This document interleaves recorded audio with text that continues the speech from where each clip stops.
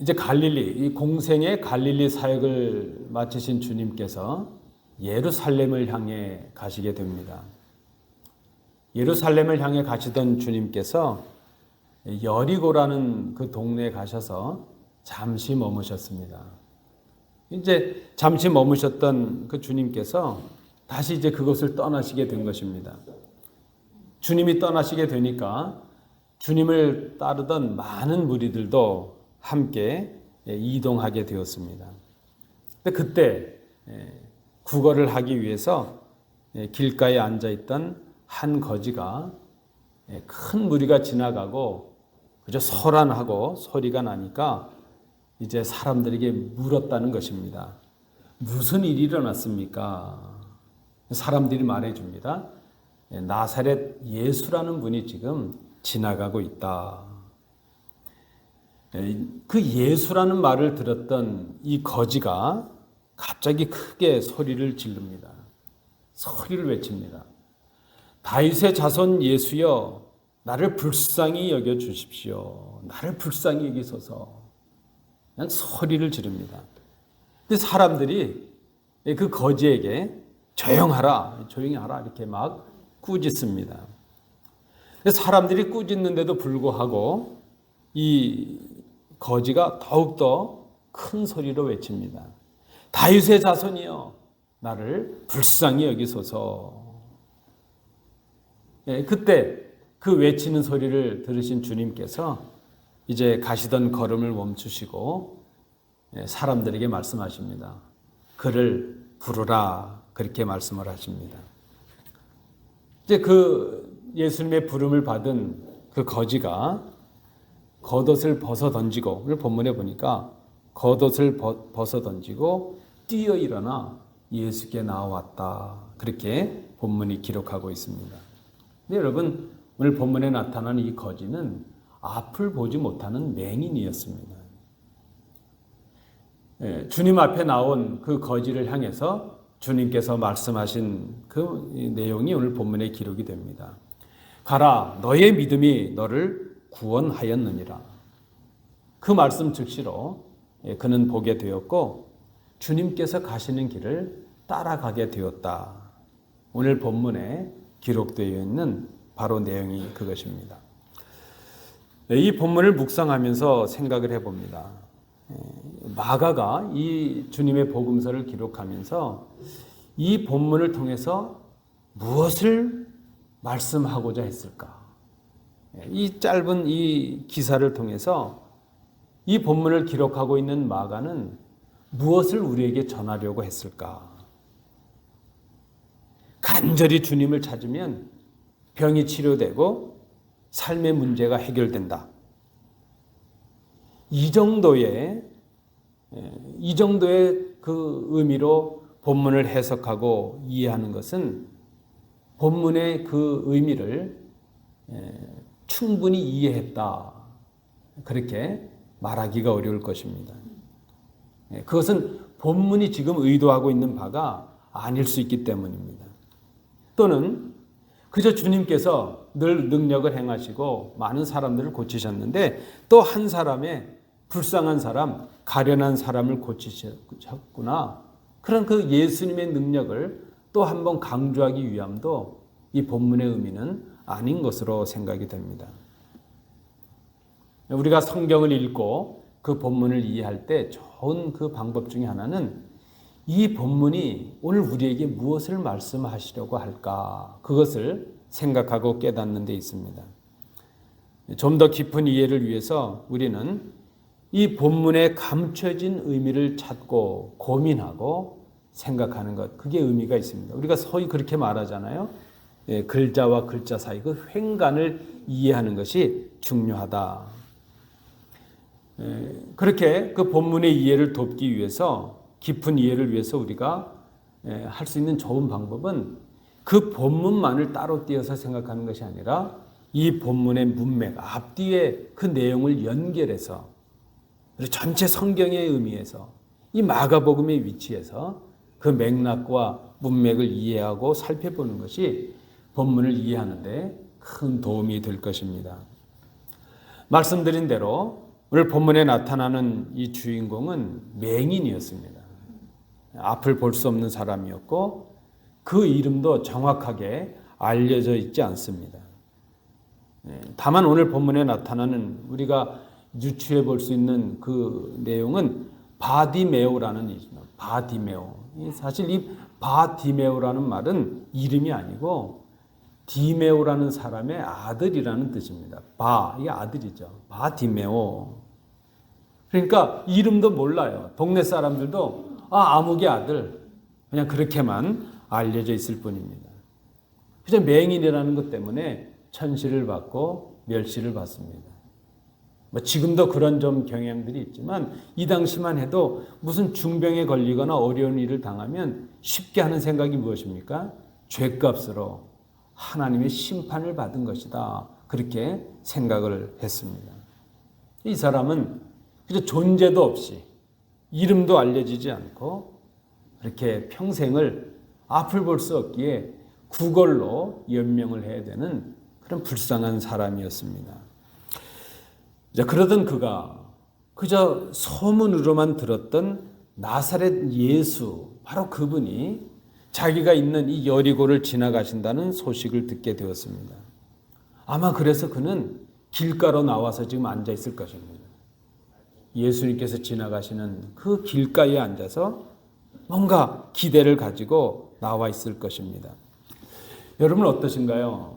저도 신학교 공부할 때 저희 동문 중에 앞을 보지 못하는 분이 있었어요. 저희 고향 신학교는 동기인데 나이는 저보다 위인 선배가 있었는데 그분은 어릴 때 썰매치기를 하다가 앞에 가는 사람한테 그 친구들한테 썰매 꼬챙이에 눈 두 짝을 한꺼번에 찔렸어요. 그래서 실명이 돼서 맹인이 되고 말았죠. 그래서 그분이 같이 기숙사에서 공부를 하는데 특징이 하나 있어요. 앞을 볼 수 없으니까 다른 감각이 발달을 했는데 손의 감각이 아주 뛰어나고 듣는 소리가 아주 뛰어납니다. 그래서 우리가 듣지 못하는 걸 듣고요. 그분은 이 손이 감각이 얼마나 좋은지 열이면 열, 손만 만지고 누구구나 하는 걸 다 맞춰내죠. 가끔 우리가 그분을 놀리기 위해서 옆에 가서 다른 손을 두고 옆에서 다른 목소리를 내면 그분이 그러죠. 이상한 일이 일어났는데 목소리는 누군데 손은 누구네? 그래요. 그런 것처럼 아마 이 맹인은 앞을 볼 수 없는 사람이었기 때문에 듣는 것을 더욱더 소중하게 듣지 않았을까. 예수라는 사람의 소문을 들었습니다. 그를 만나면 그의 말씀에 능력이 있고 권세가 있어서 많은 사람이 고침을 받았고 나음을 얻었고 예수를 만나는 사람들마다 문제가 해결됐다는 그런 소리를 들었을 것입니다. 자기가 앞을 볼 수 없었기에 그저 선뜻 예수를 찾아 나설 수는 없습니다. 그러던 차에 나사렛 예수라는 분이 자기가 있는 그곳을 지난다는 그 소식을 듣게 되었습니다. 놓칠 수 없는 기회를 바로 그가 잡게 되었습니다. 그리고 예수님께서 그 길가를 지나간다는 소리를 들었을 때에 마치 그는 지금 자기의 눈으로 예수를 보고 있는 것처럼 소리를 쳐서 외치게 됩니다. 다윗의 자손 예수여, 나를 불쌍히 여기소서. 자신의 연약함과 자신이 지금까지 겪어왔던 그 삶의 고통을 그대로 드러내 있는 처절한 그런 외침이죠. 출애굽기에도 보면 1장 2장 그 내용에 이스라엘 백성이 애굽에서 애굽인들로 인해서 고통과 압제를 당할 때 그들이 하나님 앞에 외치는 장면이 나옵니다. 절규한다고 하죠. 절규한다. 처절한 외침입니다. 아마 그런 심정으로 지금 이 거지된, 이 맹인된 이 거지가 예수님 앞에 그저 처절한 외침을 하고 있는 것이죠. 예수님이 아니면 내 이 삶의 문제를 해결해 줄 수 있는 그 누구도 만날 수 없다는. 이제 예수가 아니면 아무도 줄 수 없는 그 구원의 그 기대를 가지고 주님을 향하여 처절한 외침, 절박한 외침을 지금 하고 있습니다. 자신의 연약함을 그대로 드러나고 자신이 지금까지 가졌던 그 아픔과 고통의 삶을 그대로 드러낸 채 주님 앞에 그대로 외치고 있습니다. 오늘 이 맹인이 예수님을 향해서 하는 호칭 중에 특별한 내용이 있습니다. 다윗의 자손 예수여. 이 다윗의 자손이라는 말은 이미 이가 구약의 그 하나님의 약속을 기억하고 있는 것이죠. 다윗의 자손이라는 이것은 다윗의 자손을 통해서 이스라엘을 죄에서 구원할 메시아를 보내주신다는 하나님의 약속을 그가 기억하고 있습니다. 나사렛 예수, 그 예수를 단순히 병 고치는 분, 능력을 행하시는 분, 그 정도가 아니라 우리를 죄에서 구원해 주실 하나님께서 보내신 구세주 메시아라는 그 기대를 가지고 지금 그가 외치고 있습니다.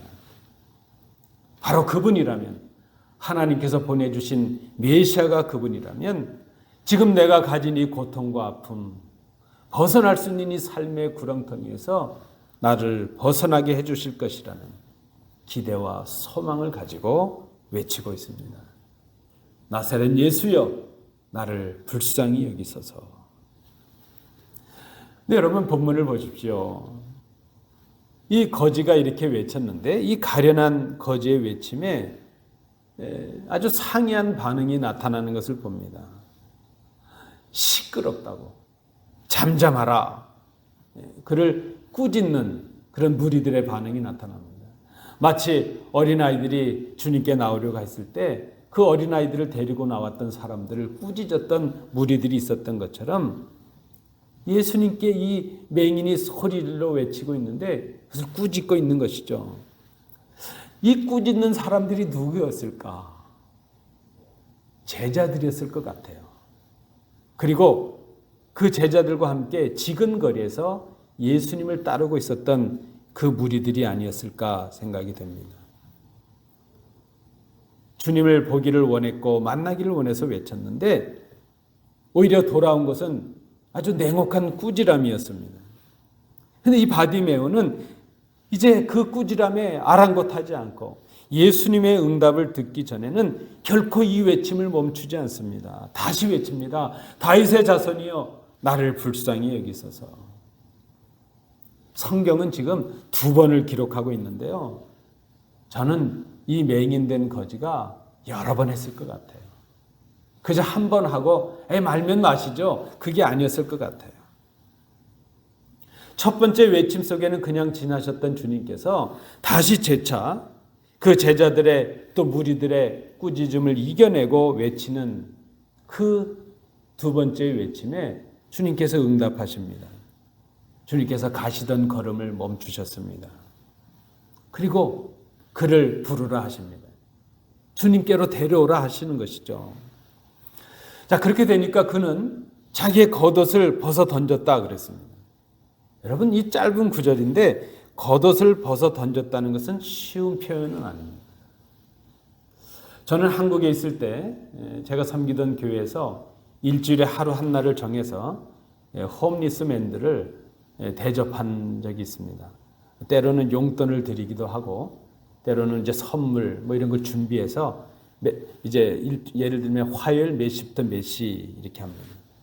그때가 되면 정말 수백 명이 나타납니다. 어디서 오셨는지 수백 명이 나타나서 나름대로 스케줄이 있어요. 이 교회를 거쳐서 그다음 어느 교회 이렇게 해서 딱 가셔야 돼요. 그러니까 아주 막 어떤 때는 교회가 힘들어져요. 뭐 이분들이 들어왔다 가면 막 냄새도 나잖아요. 막 그래요. 근데 제일 곤혹스러운 건 뭔가 하면 당신들끼리 와서 줄을 서 있다가 싸우는 거예요. 당신들끼리. 그 안에서. 뭔가 받으러 와서 뭐 약간의 교통비와 선물 같은 거 음식을 받으러 오셨는데 그 안에 와서 막 싸우는 거예요. 그럼 막 그 안내하는 우리 목사님들이 그냥 막 줄을 세우고 다시 막 그렇게 하죠. 뭐 싸우는데 정말 심하게 싸워요. 막 정말 막 이렇게 싸우는 거예요. 근데 여러분, 제가 왜 이 말씀을 드리는가 하면 평생을 거지로 살아왔던 사람이 겉옷을 벗어버렸다. 내던졌다. 여러분, 이 팔레스틴 이 유대인들에게 겉옷이라는 것은 지금 우리가 생각하는 이상의 의미가 있습니다. 그것은 평생을 자기가 간직해야 될 재산 목록 1호입니다. 일반 사람들에게도 겉옷은 큰 의미가 있습니다. 그것은 때로는 이제 밤에 한기를 막아주는 생명을 보호하는 이불처럼 덮어야 되는 옷이기도 하고요. 그 사람들에게 꼭 필요한 것이 바로 겉옷입니다. 그렇다면 거지 된 이 사람에게 겉옷은 막당한 아주 큰 재산이죠. 쉽게 구할 수 없는 겉옷이라 하는 것입니다. 제가 러시아를 한번 선교를 갔는데 그 겨울에 가서요. 저는 그저 쉽게 생각하고 선교사님과 그 탈북 형제들을 대접하기 위해서 시장에 마켓에 한번 나가는데 저에게 모자를 쓰라는 거예요. 그래서 제가 잠깐 갔다 올 텐데 무슨 모자를 쓰냐. 그리고 내가 강원도 산골 출신이라 웬만한 줄은 껐다 없다 그랬어요. 그런데 그래도 안 된다는 거예요. 주차를 하고 마켓에 한 10분 정도 걸어가는데 걸어가다 제가 정신을 잃었어요. 그날이 영하 한 35도, 섭씨 영하 35도. 어떤 현상이 일어나는가 하면요. 갑자기 아득해지더니 제가 쓰러지는 거예요. 그래서 선교사님이 저를 들쳐업고 그 인근의 마켓에 가니까 이렇게 위에서 내리쬐는 그 열 같은 그 난로가 있어서 그 밑에 가서 저를 데리고 이제 빨리 모자를 사야 되겠다고 갔습니다. 그래서 제가 러시아 간 김에 저도 그 털 모자를 한번 사려고 거기 갔는데 생각보다 비싼 거예요. 그 밍크 모자가 그때 제가 기억하기로는 US 달러로 600불을 내라는 거예요. 그리고 생각해 보니까 그 러시아 사람들이 다 그거 하나씩 가지고 그 밍크 코트를 하나씩 다 입고 다녀요. 그게 재산인 거예요.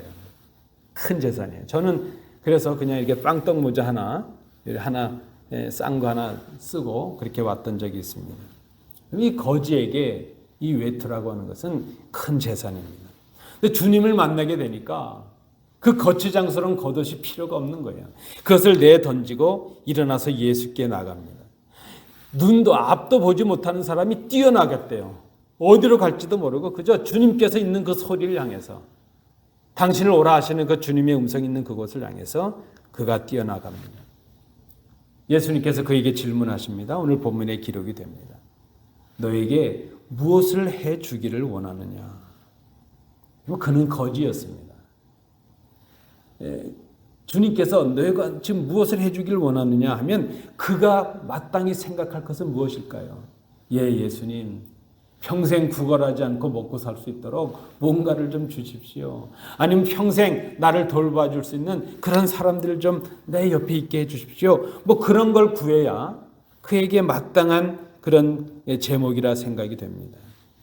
그런데 그는 적어도 그 순간에 그 예수님을 자신의 불편함을 해결해 줄 그 약간의 양식을 얻을 수 있는 그런 도우미 정도로 생각하지 않습니다.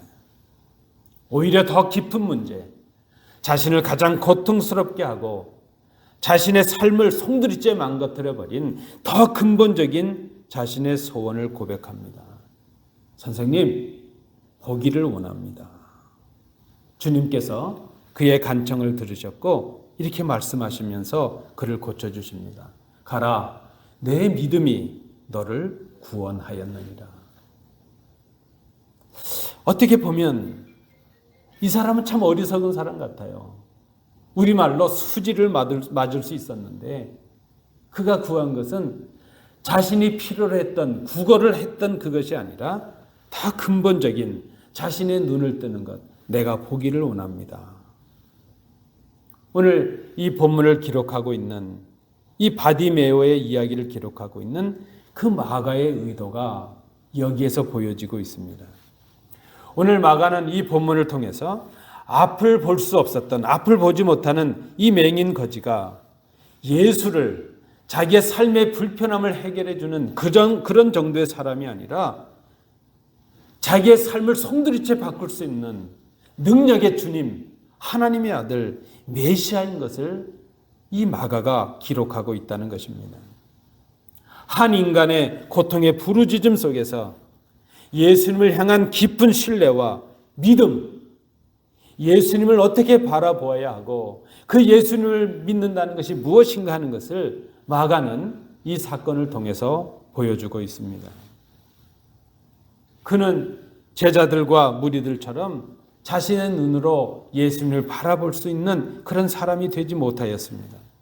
제자들처럼, 많은 무리들처럼 예수님과 함께 많은 대화도 하지 못했고 많은 시간을 함께 하지도 못했습니다. 그가 한 것이라고는 소문을 통해서 예수님을 들은 것, 그것뿐이었습니다. 그리고 언젠가는 이 길을 지나실 그 나사렛 예수를 기다리고 신뢰하고 기대하고 있었습니다. 우리가 이 마가의 의도를 다시 한번 우리 10장 전체의 문맥을 살핌으로 우리가 더욱 이해할 수 있습니다. 예수님께서 공생의 대부분을 갈릴리라는 북쪽의 한 도시에서 보내셨습니다. 근데 예수님께서 이 갈릴리의 전도를 마치시고 이제 십자가의 사역을 위해서 예루살렘을 향해서 가십니다. 비로소 예수님께서 예루살렘을 향해 가시면서 당신의 제자들에게 이제 당신이 십자가의 순환을 받고 죽으셨다가 다시 살아나실 것이라는 순환에 관한 예고의 말씀을 주십니다. 마가복음 8장 말씀해 보시면 가이사라 빌립보라는 동네를 지나시면서 제자들에게 물으셨고 그때 베드로의 신앙 고백을 받으셨습니다. 그 베드로의 신앙 고백을 받으신 후에 예수님께서 말씀을 하십니다. 내가 십자가에서 이제 죽임을 당할 것이고 사흘 만에, 3일 만에 살아나야 할 것이라 하는 것을 말씀합니다.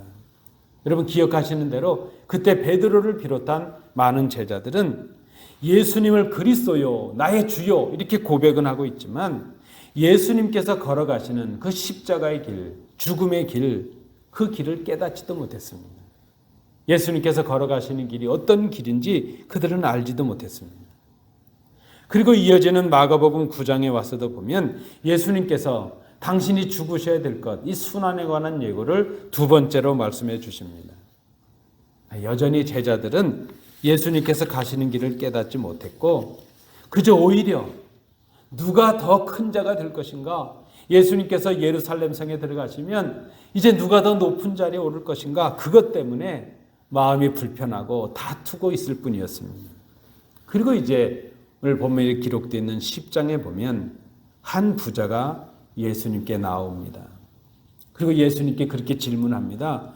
어떻게 하면 영생을 얻을 수 있겠습니까? 그는 선한 일을 많이 해야 영생을 얻을 것으로 생각했고 자신은 하나님 앞에서 이제 모든 계명을 다 지켰다, 그렇게 자신만만했던 그런 사람이었습니다. 예수님께서 그에게 말씀하십니다. 그래? 그러면 내가 가진 그 모든 소유를 팔아서 가난한 자들에게 나눠주고 나를 따르라 말씀하십니다. 성경은 그렇게 기록합니다. 그가 근심하며 돌아갔다.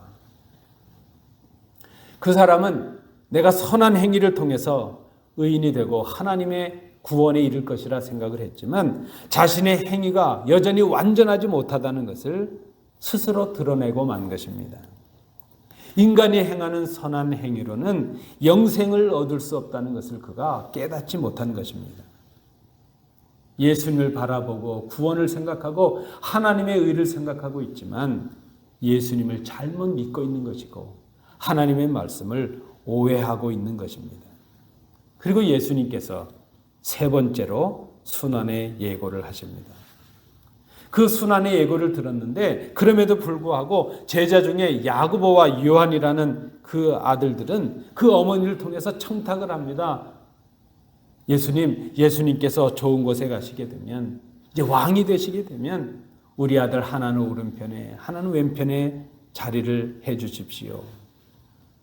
여전히 예수님과 함께 있으면서도, 예수님의 순환의 그 말씀을 듣고 있으면서도 예수님께서 걸어가셔야 될 길, 예수님께서 원하는 것이 무엇인가 하는 것을 깨닫지 못하고 있습니다. 예수님과 함께 있는데 예수님을 믿지 못하는 사람들, 예수님의 말씀을 듣고 있는데 예수님의 말씀을 잘못 듣고 있는 사람들, 바로 그 사람들이 제자들이었습니다. 그리고 이제 예수님께서 그 순환의 요구를, 그 말씀을 하시고 난 이후에 바로 오늘 본문이 이어지고 있습니다. 이 모든 일들, 이 사람들의 이 모든 사건들을 언급한 후에 비로소 이 마가는 맹인의 이야기를 그 후에 담고 있습니다. 그리고 우리에게 질문하고 있습니다. 진짜 맹인이 누구인가? 진짜 앞을 보지 못하는 사람들이 누구인가? 멀쩡하게 두 눈을 뜨고 예수님과 함께하고 있는 제자들, 예수님을 따르고 있는 그 많은 사람들, 예수님의 말씀을 듣고 예수님의 가르침을 받고 있는 그 제자들마저도 예수님의 주되심과 예수님의 고난과 죽음과 부활의 길을 바로 바라보지 못하고 있었다는 것입니다. 그들이 바로 눈을 뜨고 있지만 맹인이라는 것을 이 마가는 말씀하고 있습니다. 여러분, 제자들도 그렇지 않습니까? 예수님을 보고 있는데 자신들이 보고 싶은 것만 보는 거예요. 예수님의 말씀을 듣고 있는데 자신들이 듣고 싶은 것만 듣고 있는 거예요. 그렇게 하면서 예수님을 따른다 하고 그렇게 하면서 믿음이라고 생각하고 있는 거예요. 그렇게 하면서 제자라고 말하고 있는 거예요. 그래서 그들의 모습이 바로 오늘 이 시대를 살아가는 믿는다는 우리들의 모습이 아닌가 생각해 봅니다. 누가 뭐라 해도 우리는 성도요, 자칭 교인이요, 타칭 성도 아닙니까? 예수님을 믿는다는 사람이요, 예수님의 말씀을 듣는다는 사람들이 바로 우리들입니다. 그런데 이 당시의 제자들처럼 우리는 여전히 내가 보고 싶은 것만을 봅니다. 저 예수를 통해서 내가 얻고 싶은 것만을 얻기를 원합니다. 예수님이 가시는 길, 예수님이 원하시는 것, 예수님의 마음은 헤아리지도 않습니다. 그저 예수를 통해서 내가 얻고자 하는 것을 얻고자 하고 예수를 통해서 내가 듣고자 하는 것을 듣기를 원할 뿐이고 그저 그렇게 살아가다가 내 삶에 어려운 문제가 생기면 예수라는 분의 능력을 통해서 내 삶의 문제를 해결받기를 원하는 그 정도로 예수님을 따라가고 있다는 것입니다.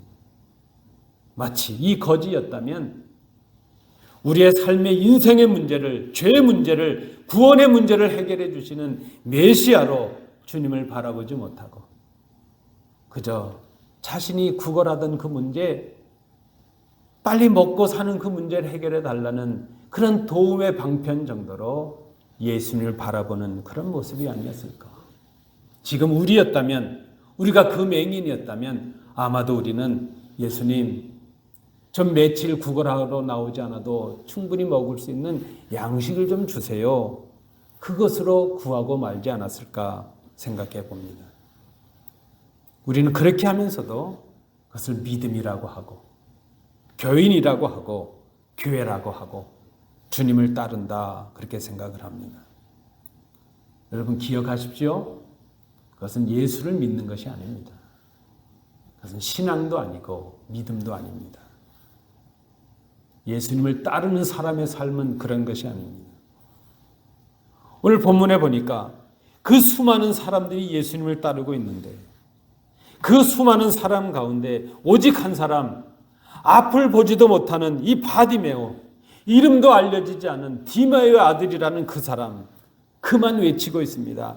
다윗의 자손 예수여, 메시아여, 하나님께서 보내신 구세주여, 나를 불쌍히 여기소서. 눈을 뜨고 있는데 보지 못하면 그 사람이 맹인입니다. 멀쩡한 귀를 가지고 듣고 있는데 듣지 못하면 그 사람이 진짜 기먹은 사람입니다. 우리는 그저 오늘 이 본문을 보면 바디메오 불쌍하다, 맹인이요 거지가 되었으니 얼마나 가련한가 그렇게 생각합니다. 그런데 이 본문을 잘 생각해 보면 진짜 불쌍한 사람들은 예수님을 보고도 예수님을 깨닫지 못하는 사람들, 예수님의 말씀을 듣고서도 하나님의 음성을 듣지 못하는 사람들, 그 사람이 진짜 불쌍한 사람들입니다. 그렇게 생각해 보니까 이 시대에 맹인된 사람들이 얼마나 많이 있는지 모릅니다. 평생을 주의 전에 오르고 평생을 하나님의 말씀을 듣고 읽고 평생을 예수 믿는다고 살아가고 있는데 정작 예수님을 만나지 못한 사람들이 얼마나 많은가 하는 거죠. 예수님을 만나고 뭔가를 간청하고 있는데 그저 내 삶의 도움을 구하고 있을 뿐이고 내 문제를 해결해 달라고 그 정도로 예수님을 이용하려는 그 얄팍한 우리의 생각이 그것을 믿음이라고 착각하고 있는 우리의 모습이 아닌가. 마가가 우리에게 깨닫게 하는 그 내용이 바로 오늘 본문을 통해서 우리에게 주시려고 하는 내용이 바로 그것이라는 것입니다. 여러분, 우리 교회를 신학적인 분리로는 개혁교회라 그렇게 말합니다. 리폼드 철치 이렇게 말합니다. 리폼드 철치. 개혁의 전통에 서 있는 교회. 우리는 개혁 그러면 일단 눈에 보이는 뭔가를 뜯어 고치는 것을 개혁이라고 말할 때가 많습니다. 이 개혁교회, 개혁신앙이라고 하는 것은 늘 스스로를 고치고 점진적으로 개혁해 나가는 신앙, 그것을 바른 신앙이라고 외치고 있습니다. 그런데 여러분 기억하십시오. 말씀드린 대로 개혁이라고 하는 것은 무엇을 뜯어 고치고 새롭게 하는 데서 시작되는 것이 아닙니다. 진정한 개혁이 무엇인가? 주님을 떠난 내가 주님께로 돌아가는 것, 그것이 바로 개혁입니다. 그래서 개혁은 제도를 고치고 다른 사람들을 바꾸는 데서 시작되지 않습니다. 뭐 환경을 바꾸는 데서 시작되는 것이 아닙니다. 환경 이전에, 환경을 고치기 이전에 나를 바꾸는 것이요. 다른 사람을 바꾸기 전에 나를 변화시키는 것, 그것이 바로 개혁의 첫 출발이 될 것입니다. 그래서 개혁이라고 말할 때 그것은 이기적이고 나 중심적인 그런 생각을 주님 중심적으로 바꾸는 것. 세상 중심적으로 바뀌어진 내 생각을 말씀 중심적으로 바꿔가는 것. 그것을 우리는 개혁이라 말합니다. 그래서 개혁은 바로 복음을 깨닫는 것입니다. 예수님을 아는 것이요. 예수님의 마음을 아는 것이요. 예수님을 따라가는 삶을 살아가는 것. 그래서 주님을 기쁘시게 하는 사람이 되는 것. 그런 교회가 되는 것. 그것을 우리는 개혁이라 이렇게 말합니다. 오늘 본문에 의지해서 볼 때 오늘 본문을 통해서 개혁을 생각해 본다면 보여지는 것을 바로 보는 것. 보아야 할 것을 바로 보는 것. 들어야 할 것을 바로 듣는 것. 그것이 바로 개혁이라 말할 수 있습니다. 세상의 눈으로는 바라볼 수 없는 것을 믿음의 눈으로 바라보는 사람. 그 사람이 신앙인입니다. 내가 보려던 것에서 이제는 마땅히 보아야 할 것을 볼 수 있는 사람. 그것이 바로 신앙인입니다. 그것을 개혁이라고 말합니다. 그것이 회복이요 부흥입니다. 그것이 바른 믿음입니다. 그런데 여러분, 이 진정한 개혁과 참 부흥과 참 회복은 나를 변화시키는 것에서 멈추지 않습니다. 내가 보고 싶은 것을 이제 보아야 할 것을 보았다면 이제는 한 걸음 더 나아가서 주님께서 보게 하시는 것을 보는 사람이 되는 것.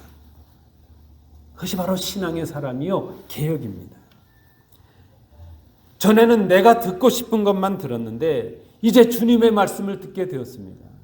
그리고 한 걸음 더 나아가 주님께서 듣게 하시는 것을 듣는 사람, 그리고 주님께서 원하시는 것을 증거하는 사람, 그것이 바로 개혁된 사람이요, 회복된 사람이요, 부흥을 경험한 사람이라 말할 수 있습니다. 그래서 진정한 개혁, 진정한 부흥, 진정한 회복은 나를 보고 하나님을 보고 이제 환경과 그 하나님의 시각으로 세상을 보고 이웃을 보는 사람입니다. 전에는 내 시각과 내 판단으로 세상을 보고 판단했지만 이제는 하나님의 말씀의 눈으로 하나님의 마음으로 세상을 보는 사람이 됩니다. 그는 예수님이 원하시는 삶을 살아가게 되고 그저 내 욕심을 위해서 예수님을 이용하는 사람이 아니라 자신의 삶을 헌신함으로 하나님이 기뻐하시는 삶을 살아가는 성숙한 신앙인이 됩니다. 그런 사람을 우리는 개혁, 바른 신앙인, 그리스도인 그렇게 말합니다. 여러분, 우리가 세상을 살아가면서 늘 깨닫는 것 아닙니까? 우리의 눈으로 보여지지는 않지만 보아야 하는 것들이 얼마나 많이 있습니까?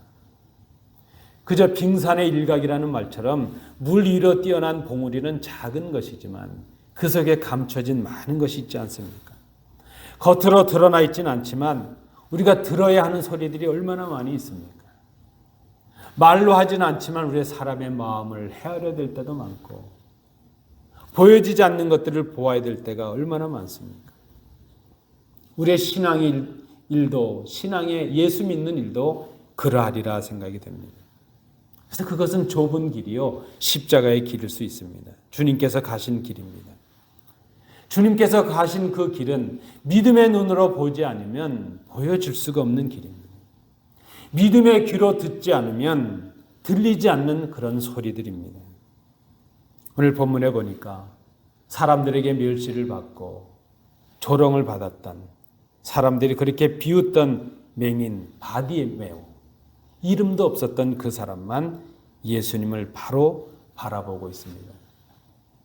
모두가 다 이제 예루살렘에 가면 예수님이 왕이 되시고 우리도 예수님 덕분에 한 자리 할 것이라는 그 꿈에 사로잡혀 있을 때 이 거지는 자신에게 당장 필요한 양식을 구걸하기 전에 삶의 문제를 해결하시는, 죄의 문제를 해결하시는 메시아로 예수님을 바라봅니다.